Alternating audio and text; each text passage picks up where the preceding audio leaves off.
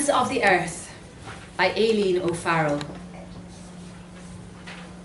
Two nuns come to sit with me today, prating and tutting, though they have no power here. The younger one is kind enough.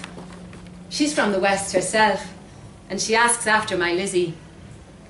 She looks after the orphan girls across in Stanhope Street, she tells me, and she would be happy to have Lizzie among them to learn her letters.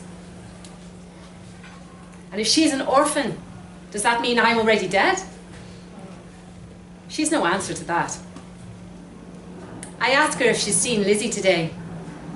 Not yet, she says.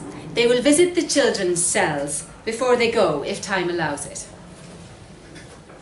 I hope to God they're feeding her all right, or else it's all for nothing in the end. Her bone's like a bird when last I held her. The children used to get the same ration as the rest of us, but matron says they've put a stop to that now, for they were cutting up and creating riots all over the city just to get in here. The Richmond Penitentiary is not the worst of the places you could be right now, in this year of our Lord, 1848. The people are still pouring into Dublin, some of them falling down in the street, rags and bones.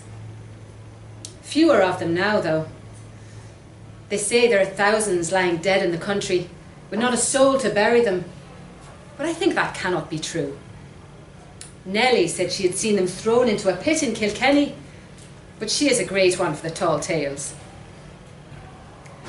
The other sister rattles away at her beads and will not catch my eye. I'm a bad character, so-called, yet these two are here at my pleasure. I do not have to see them. And I wouldn't if it wasn't so lonely here. Anything to break that terrible silence. They do not own me or keep me.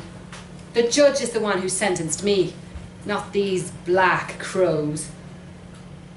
I let down my hair just to annoy her, curling the ends of it around my hand.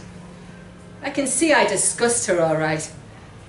She draws in her lip and says her rosary louder, hangs onto her beads for dear life, itching to cut off my hair like those poor bitches that go into them as penitents, shorn like ewes in the yard. The light is going now from the tiny window and even from the whitewashed walls. The sisters leave me, the hems of their habits trailing the stone floor. The young one gives me a card with a printed prayer. I pretend to read it, moving my lips.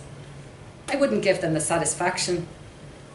They say they will pray for me and for Lizzie. The wardress brings round the bread and water, half frozen to the bottom of the tin cup. Says not a word to me. Silence is part of our sentence, they say, at least while we are here. Soon, I will start working my way to my freedom, and in 7 years, who knows where I may be. I'd send Lizzie my own bread, but it's not allowed. And it's a small enough piece anyway.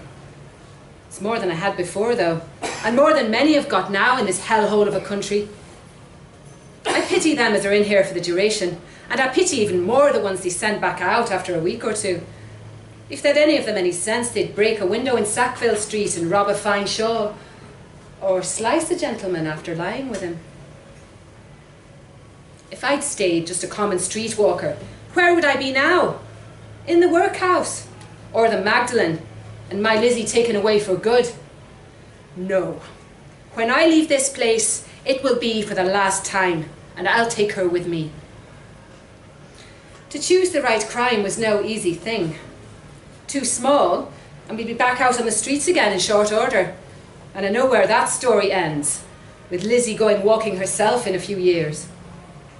Too big a crime, and I might swing for it. And then the crows would fold their wings around her.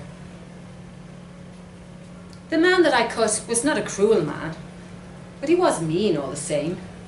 To argue with a poor girl over a shilling. He won't argue again, I'll warrant you that. They lock the doors on us as soon as daylight goes. These winter nights are long, and it's fierce hard not to think back. I roll up in the blanket and think instead of the day I will walk out through these walls and pay my dues, my sins washed away. I take out a hairpin and add another scratch to the wall. In the dark, I run my fingers across the chalky surface to count them. 10 days until the ship sails from the North Wall, and Lizzie and I go to the ends of the earth.